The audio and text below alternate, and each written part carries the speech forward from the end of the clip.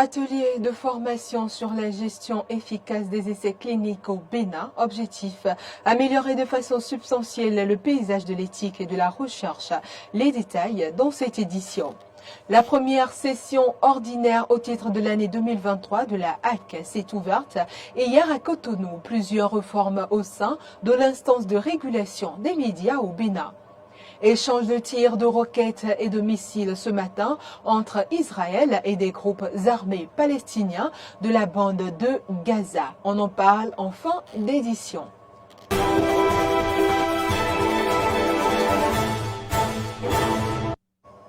Mesdames et messieurs, bonjour et bienvenue au Trésor.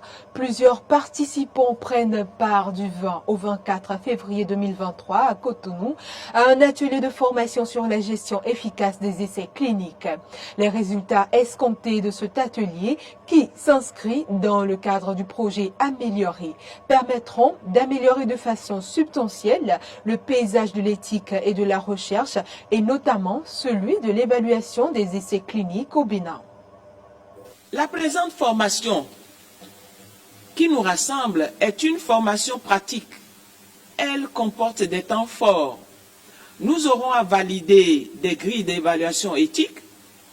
Nous aurons à lire sur place des documents d'essais cliniques et nous aurons à vérifier si la plateforme qui a été mise à notre disposition permet de faire une évaluation complète et au besoin proposer des correctifs. La formation sur les essais cliniques est importante pour garantir la sécurité et le bien-être des participants, améliorer la qualité scientifique des études, aider les participants à comprendre les essais cliniques, les aider à prendre des décisions éclairées et améliorer les processus de développement de nouveaux médicaments et dispositifs médicaux. Mesdames et messieurs, étant éclairés sur l'importance cruciale d'avoir des compétences en gestion des essais cliniques, les CERIS et l'ABRP ont une grande responsabilité pour que les bénéficiaires réels de ces recherches, qui sont les populations, puissent en jouir dans l'amélioration de leur santé. Les essais cliniques se font dans un cadre très réglementé parce que on fait intervenir des sujets humains dans la recherche. Donc il s'agit de s'assurer que quand on fait un essai, on protège les droits, le bien-être et surtout l'innocuité des participants qui se prêtent à la recherche, mais également que les données qui seront produites sont fiables. Parce qu'à la fin, ce qui est recherché, c'est de découvrir de nouveaux médicaments, de nouveaux vaccins. Donc, un jour, ça va aller sur une population très grande et il faut s'assurer que les résultats sont fiables, mais qu'on a fait la recherche en respectant les droits des sujets qui se prêtent à la recherche. Toujours dans le secteur de la santé, l'implémentation de la nouvelle politique de santé communautaire est au cœur d'un atelier. Depuis hier à Cotonou, l'atelier réunit les parties prenantes du projet pour sa mise en œuvre efficace en vue de doter le Bénin d'un système de santé intégré, performant, résilient et pérenne. Suivant. Cet atelier intervient à la veille du démarrage de la deuxième phase du projet. Il va permettre à chacune des parties prenantes de s'approprier ses rôles et responsabilités dans le processus. Le rôle important des préfets dans le cadre de la mise en œuvre de la politique nationale de santé communautaire est mis en exergue dans le discours du lancement de l'atelier prononcé par le représentant du ministre de la Santé. Cette politique de santé communautaire est centrée sur les ménages. Et sa mise en œuvre s'appuie sur deux acteurs clés que sont les relais communautaires et les agents de santé communautaire qualifiés, communément appelés ASCQ. Les relais communautaires sont identifiés selon un processus bien établi qui permet de garantir leur disponibilité et leur performance.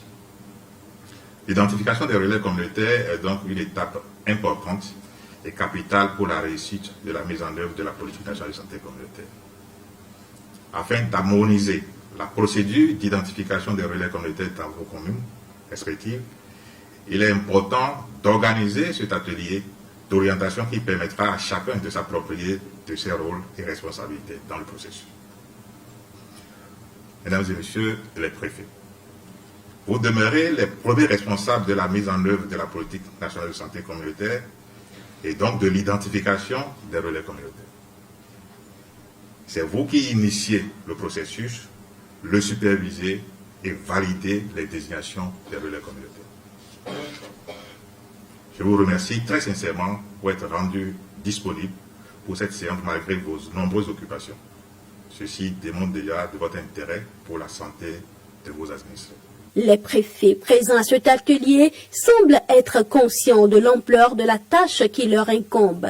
Par la voix de leurs représentants, ils ont décerné un satisfecit au gouvernement et pris l'engagement de jouer pleinement leur partition. Je voudrais au nom de mes collègues adresser toutes mes admirations à tout le gouvernement. Le gouvernement à travers bien sûr le ministère de la Santé. Nous prenons l'engagement nous autres, d'être sur le terrain et de continuer de coordonner les actions relativement à la thématique qui nous réunit ici aujourd'hui. La politique nationale de santé communautaire est une initiative du gouvernement placée sous la tutelle du secrétariat exécutif du CNLSTP. Elle prend en compte la période 2020-2024. Nous poursuivons ce journal. Ouverture ce mardi à Cotonou de la première session ordinaire au titre de l'année 2023 de la Haute Autorité de l'Audiovisuel et de la Communication HAC. Il a été question pour le président Rémi Prosper Moretti de galvaniser la troupe et de passer à la signature de conventions de plusieurs radiodiffusions. Suivez cet élément qui porte la signature de Grâce à Valipé. Mesdames et messieurs, la nouvelle section nous donne l'occasion d'étudier, d'adopter des rapports et de prendre des décisions. Parmi ces rapports figure en bonne place le rapport général relatif à la commission temporaire chargée de proposer les réformes dans le secteur des médias. Le chef de l'État étant très attentif aux problèmes qui minent ce secteur, nous allons faire, à partir de ces recommandations, un travail méticuleux pour établir le diagnostic des difficultés que connaissent les professionnels des médias et proposer la thérapie convenable qui va permettre de leur offrir des conditions de vie optimales ainsi que l'épanouissement nécessaire. Mesdames et messieurs, les travaux que nous allons entamer ce jour doivent offrir une amure, une parure et une allure qui dure. Notre détermination à voir se lever enfin le soleil de la presse béninoise doit être soutenue, maintenue et surtout entretenue.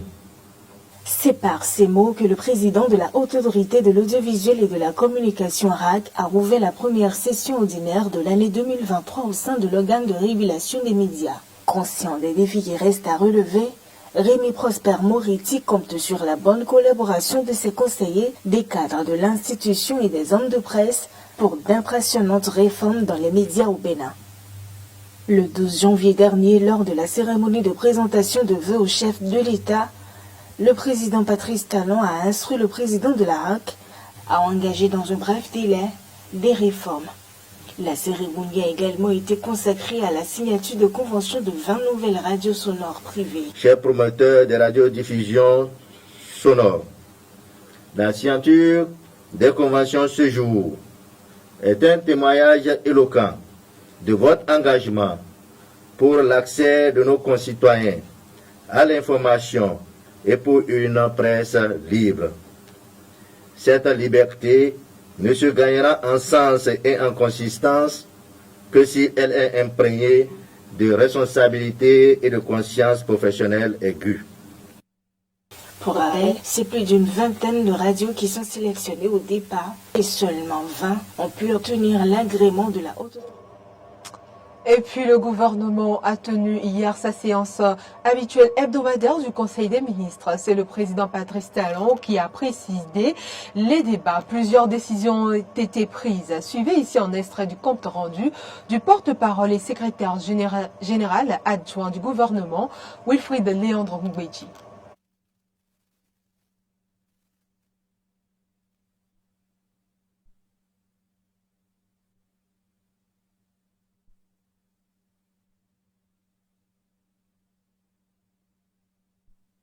de sécurité numérique, consistant à créer un cyberespace sécurisé et attrayant pour une économie numérique florissante.